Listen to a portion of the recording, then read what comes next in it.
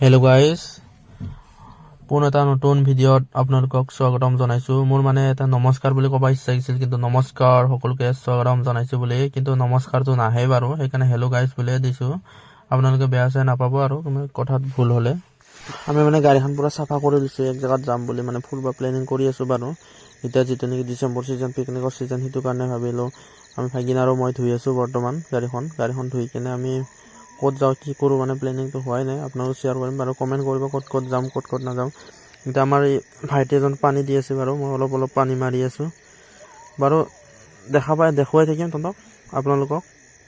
এতিয়া আমি নেক্সট দিনা কামত গ'লোঁ, কামৰ পৰা আহি কিনে ভাবিলোঁ বহুত গাড়ী আৱাজ, সেইটো কাৰণে আপোনালোকক ভালদৰে দেখুৱাব পৰা নাই, বা কামৰ ব্যস্ততাৰ কাৰণে আমি ভিডিঅ'টো ইমান ভালদৰে ভাল ভিডিঅ' দিব পৰা নাই।